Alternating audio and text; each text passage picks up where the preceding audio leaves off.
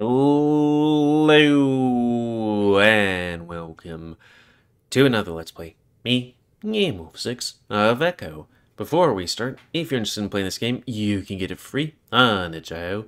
But if you want to support the people that make this game, they have a Patreon. This game's already finished. I keep on needing to do that. Anyways, on last Let's Play, we asked for permission to get into the archives to do, research. Also met Flynn's aunt, who is quite busty, And Carl almost broke the camera, and then we came inside and talked to Flynn again, who had some real deep talk about being like, hey, TJ's a crybaby, cries about everything. Jenna mainly focused on her, and everybody was just kind of feeling like, hey, Sydney was a bad kid, and, it was good that he died and stuff like that. It's like, Also that Leo is really focused on us, which is true. Well, enough about that. We have research to do, and GIS maps to look at. Hyena. What is that, Global Information Systems? I think it's that. It's global information or maybe some other thing. There's an acronym that also... I don't know. I might get the acronym wrong. Reset face? It's kind of funny because my job is that. Or maybe soon to be job. I don't know. Everything feels really quiet now. A sort of weird solace amidst the shelves, upon shelves of Echo's history. I rub my face muzzle, spinning a whisker as the previous conversation played back in my head, and begin to fade like a passing dream. With a slow exhale, I turn and head over to the archives. They all seem to be categorized by numbers, like 105 66 009 or 107 21 001. I grab a random file from the shelf, 106 01 001. Flip it and open, I see a cluster of 15 or so papers and permits for a place called Adelaide's Thrift and Pawn. It sounds familiar, and it only takes me a bit more pursing to figure out why.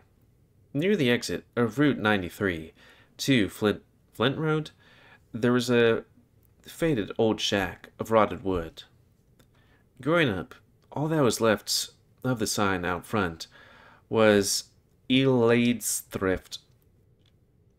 I think it's bulldozed now, though, since I didn't see it on the drive in. According to these documents, Adelaide von Berg applied for and successfully obtained a business license and deed to the property in 1979. I'm guessing these folders correspond to a piece of property within Echo, or a parcel. That helps some, but I'm still not sure exactly where to look. I put the file away and move over towards the computer Flynn got ready for me. The screen displays an aerial photograph of Echo, with little polygons drawn over it, like a bizarre checkerboard. Clicking on one, nothing happens. I click again, and the pointer turns into an hourglass, the program stating that it's not responding. GIS programs can take a lot of computer power, especially if you're trying to do something, to just look at stuff. Damn it. As the hourglass rolls on the screen, I think I hear the front door open down the hall. At first I wonder if it's Carl, but then a voice speaks that I don't recognize, then Flynn's. I can only make out a little of what he says. That's what they told you at the county office? You should have come here. The hourglass spins. The unit corporation. It shouldn't affect developers who... Finally, a little window pops up, listing owner address, parcel number, links to building plans, and other fields. Slow as hell, but this is actually kind of neat, I guess. Curious, I scroll over to the location of my old house and click. This time, it reacts a little faster. The complaint forms aren't physical, not much of an online presence app. It currently listed as abandoned and condemned. It looks like the people my parents sold it to ditched it rather quickly. I moved back towards the archive, picking up my old house corresponding file and sit it down on the counter. Opening it, I see a weathered floor plan of my old house dating back to 1986. Nothing here could remotely be considered of interest for my project. However, I put the file back where I found it. As I hear the increasingly quiet rasp of Flynn's voice in the other room, I realize he's probably too busy to hold my hand with regards to where to look. Especially after the previous conversation, it might be best to just give him some space. I don't know. Maybe we should have a cup of tea. I mean, I feel like I'm reading good, but still it's kind of like, I feel like I trip over words sometimes. I mean, it do be like that. Sometimes. I stare at the area display on the computer monitor, trying to figure out where to start looking. The mine. Abandoned school, city hall, Carl's mansion. Probably the mine. There's something about the old mine that feels off to me. Unlike pretty much every locale in Echo, the mine was the one place we absolutely did not play. Sneed tried to make one of our scavenger hunt objectives down in there once, but TJ told his mom about it, and that was the end of that. After looking up the parcel number, I retrieved the corresponding file and layout on the mail counter. This one has an archival notice attached to the front. I guess my hunch might be right.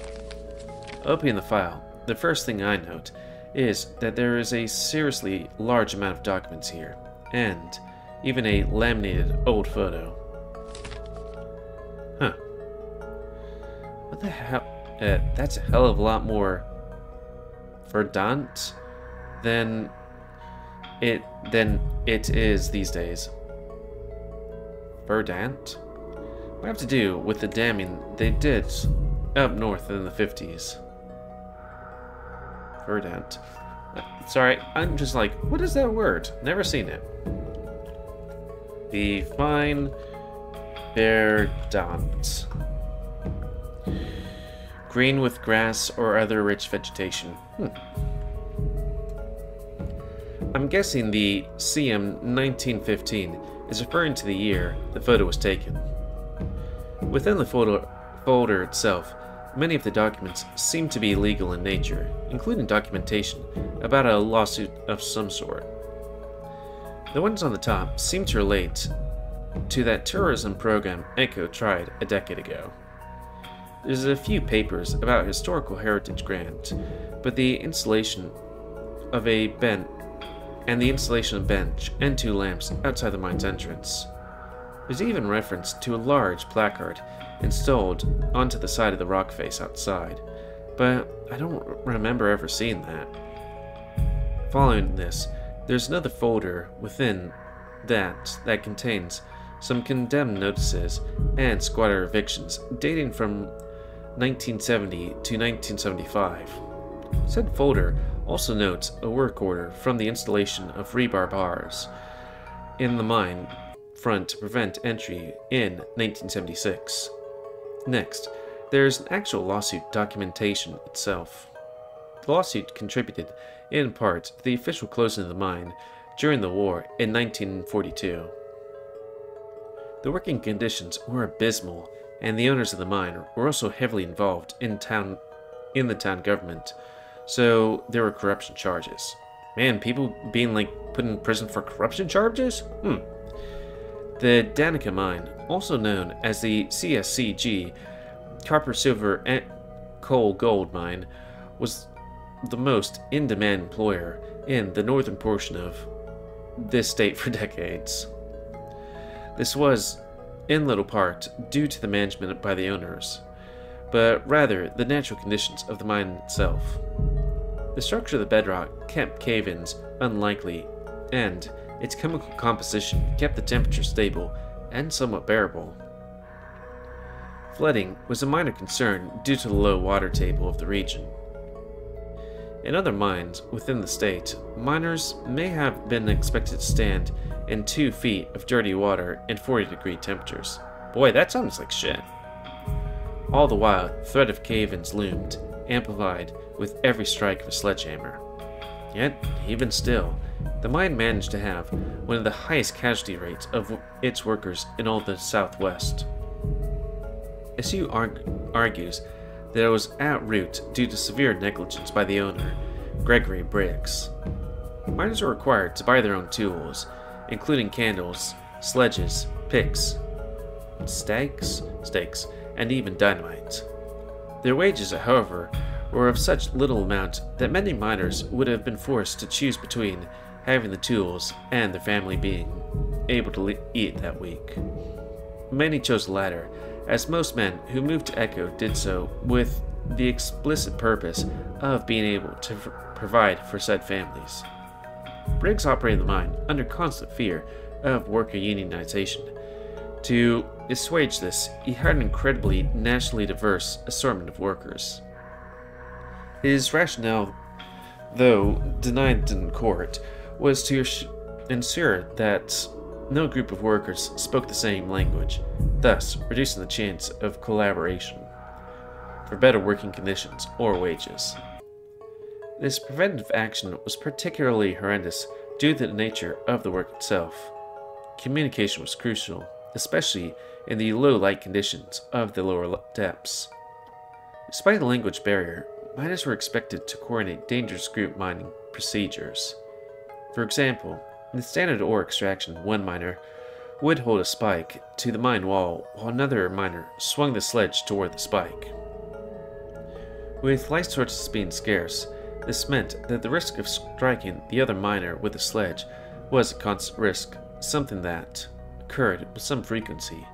Many miners were crippled from blows to the paws or arms, and then once fired, unable to support their families. This led to several noticeable starvation incidents within the town.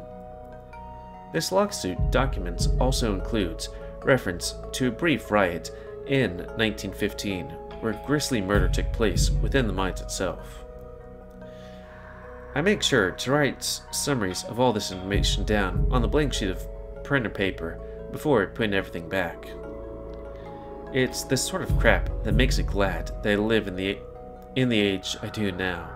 I don't think I'd make a very good miner. Alright, that's that, I guess. Give me 1 second.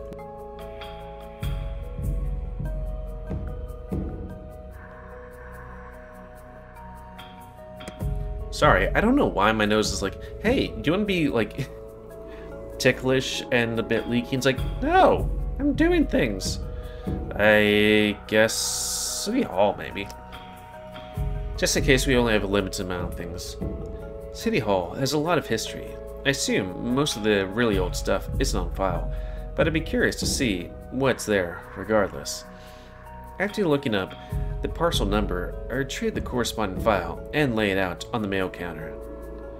This one has an archival notice attached to the front. That's good. Hopefully that means there's supplemental information in here. Unfortunately, upon opening the file, I see there aren't that many documents. There is, however, a marked photo of some sort wedged between the folder edges.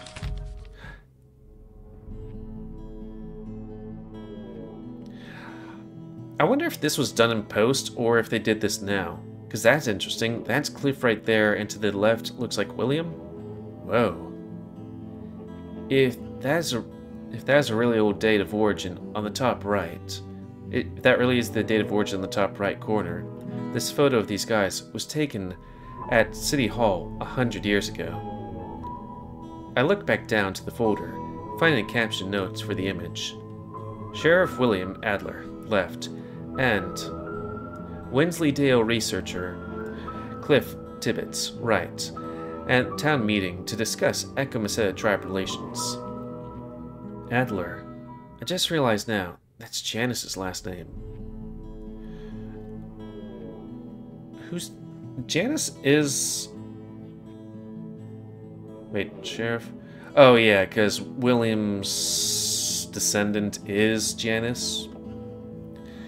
Must be a distant relative of hers.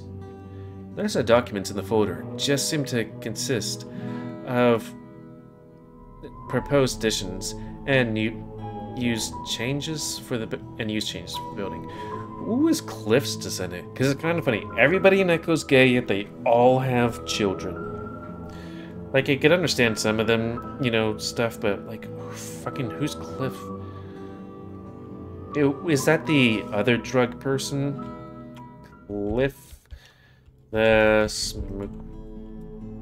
was it, Duke? Who's his descendant? Oh, it says he's bisexual? I guess. How do you spell descendant?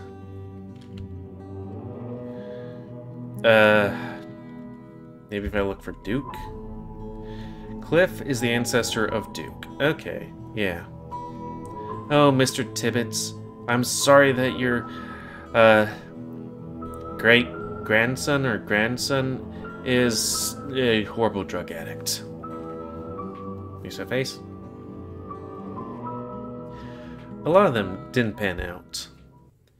There is a city government roster here, though, and it lists historical election results for the town going back to early 20th century. Surprisingly, Flynn and his aunt aren't the only Moreau I see on the list, because I think there was like, what, those two Guylas, the one that worked in the mine and the other that traded in secrets and worked at City Hall? It looks like the Moreau family has been involved in public office in some capacity as far back as 1914.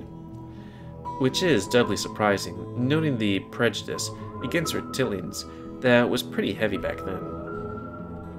There's this whole negative stereotype about them being evil and controlling the government that persists even today. So it's pretty weird that a family like the Moreaus managed to keep getting elected back when the ignorance levels were much higher. I make a note to ask Flynn about it as sensitively as possible. I go ahead and put everything back in the folder before I return to the shelf. So what next then? I guess they'd be in school? After finding the parcel number on the GIS thing, I can't seem to find the corresponding file to it. It's like it didn't exist in any records here. Or it might have been misplaced. I'm gonna have to go with the second theory. Maybe I'll ask Flynn about it later. Carl's mansion. I know enough about Carl's family to know that its house is seriously old. Though, would it be this house or the one that, like, burned down, supposedly, I guess? Because I think it burns down in two of the smokeroom roots. His great something or other is the town founder, after all. The place has seriously modernized into the more stucco abode style, but there's some history underneath it all. Growing up, Carl overheard all this and started thinking the place was haunted. It freaked him out pretty badly. So much so, his parents basically begged me to have sleepovers with him during the weekends and even some weekdays. Not that I minded, of course. Carl had all the video game consoles that were out. His parents bought him M-rated games. It's kind of funny thinking back. Like, I remember finding something that was written on. It was like, do not let Game Wolf play this game. And I guess it was like 007 or something like that. And it's like, you know, GoldenEye. It's like, okay, that's weird. Like, the game was in a bag and something like that. I guess it's kind of weird. I mean, my parents are also kind of the thing where it's like, video games cause violence or something like that. At least one of them. I got to stay up late with this giant TV blowing up aliens and running over hookers. I remember he started to become less afraid as time went on. His parents stopped asking me to come over as much. So, of course, shitbag young me told Carl a bunch of stories about the ghost bride who I said I saw standing outside his house at midnight. Ooh, ghost mommy? And that's how I got to spend my whole 5th grade summer vacation living at Carl's place. After looking up the parcel number, I retrieved the corresponding file and laid it out on the mail counter. This one has an archival notice attached to the front, That's pretty surprising on account it's a residential lot. Open the folder.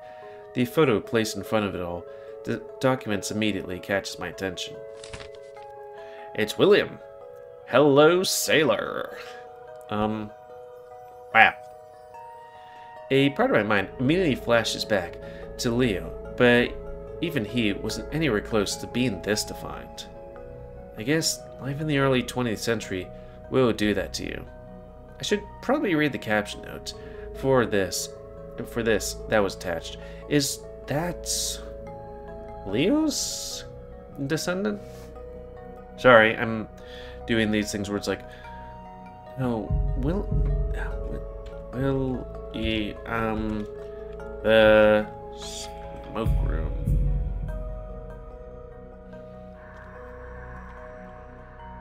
Is it D.I.? Sorry for the loud bling. I guess if I scroll down to the trivia, when was first character revealed at is... Oh, right, it's Janice. Do you think Janice is, in a way, kind of looks hot, but kind of like in that old way, you know?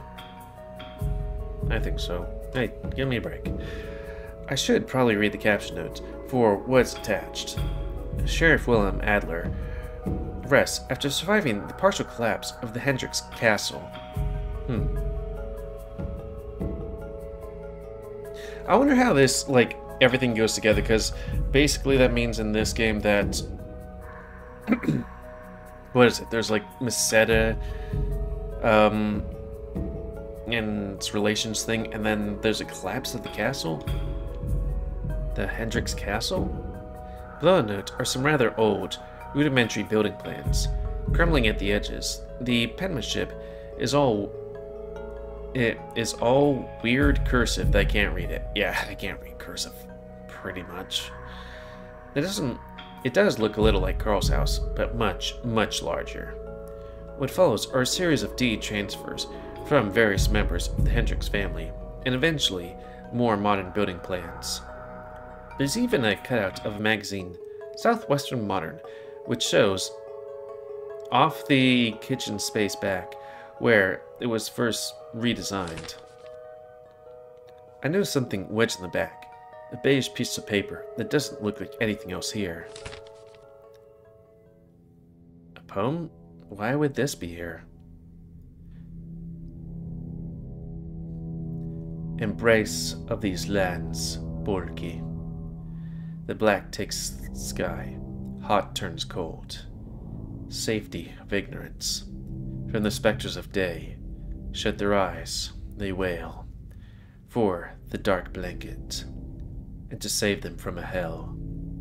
And the blonde tarantula pulls itself from the depths, wrought within and without, in search of a suitor who would not live past the vehemence of its love. Was that all of it? Okay. I flip over the poem and set it on the counter. On the other side is a note of death for reference in an estate transfer.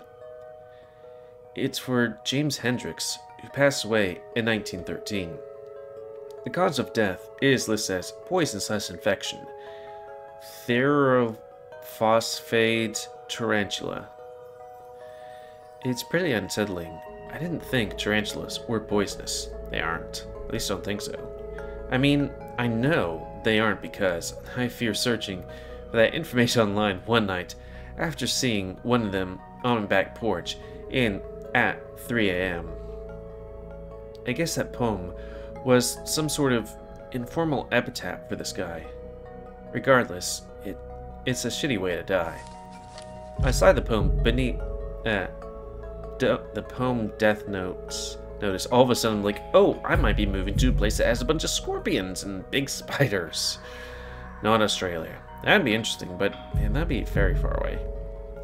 Notice back in the folder. I had baked notes of it for the project. I think that's all for the parcel, so I place the folder back in its slot on the southwest wall. As I turn around, I see the mayor standing in the doorway. She's peering at me quizzically. A little startled, I straighten up. Oh, hi, Mayor. I was just finishing up. She's watching me speak, like staring at my mouth, not my eyes. It's honestly freaking me out a little. Also, how would people notice, like, at a distance if somebody's looking at their mouth? She doesn't respond. Mayor? Make sure you put everything back where you found it. Oh, yeah. Don't worry. I did it already. Did you now? She steps in the room and picks up the folder from the edge of the counter. I recognize it as one of the abandoned mines. Oh, yeah. Yeah, I forgot that one. Sorry. She stands with the folder held out, waiting for me. I quickly move and take the folder. I try to ignore the hard stare I feel in the back as I walk to the archive wall. Far left end, second cubby from the top. Oh, thank you. I didn't... It looks like Flynn's about ready to take off. You gonna give him some company? The way she phrases that makes me reconsider a hasty response. Sure, I can hang out with him and his roommate. You have a boy in your car. I blink. I have 8 Carls in my car. Yes. He went to hang back while I did all the work. I find a chuckle, though not very well. I've never been good at the whole smiling with your eyes thing. Carl Hendricks? Yes. Have a good rest of your evening, Chase. Thank you, Mayor. You too. She moves on down the hall. After a moment, I follow suit to meet up with Flynn at the front desk. And I'm gonna have a cup of tea because that's gonna be the end of this, I suppose. So, I'd like to thank you all for watching. Please comment, like comments, tell me what you like, dislike, tips, tricks, otherwise. If you like my YouTube and would like to see it grow, then please like, subscribe, and check out the videos to help it grow. And please remember to spay and or neuter your animals to help control the pet population. Sorry, sometimes when I finish this thing, I, click somewhere else so I can quickly look at a thing or do a thing. There was something I was trying to think of. But yeah, if you want to play this game, it's available free on itch.io. But if you want to support the people that make this game and are doing others, but this game's finished. Sorry, I pressed that button at my head. Then you can go to Patreon, where they're doing, I think it's just Camilla, Terror, like $3 a month. Let's just see if I can look at the thing. It would be like the Echo Project, and then go to their Patreon.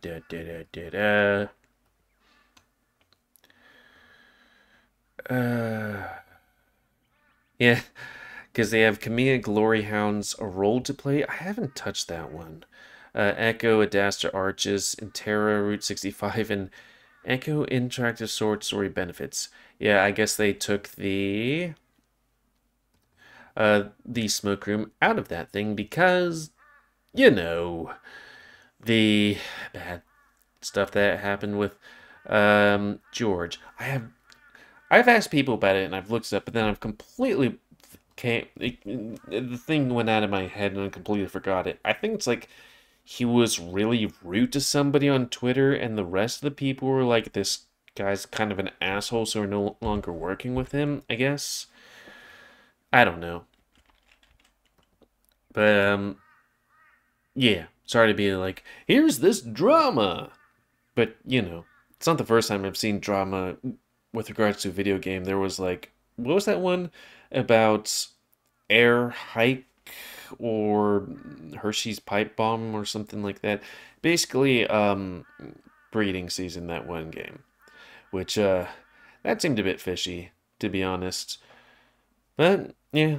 Until next time. On another Let's Play. Me, GamerWolfSix of Echo. Hopefully with me being a bit less, let's talk about drama. So, thanks and see ya.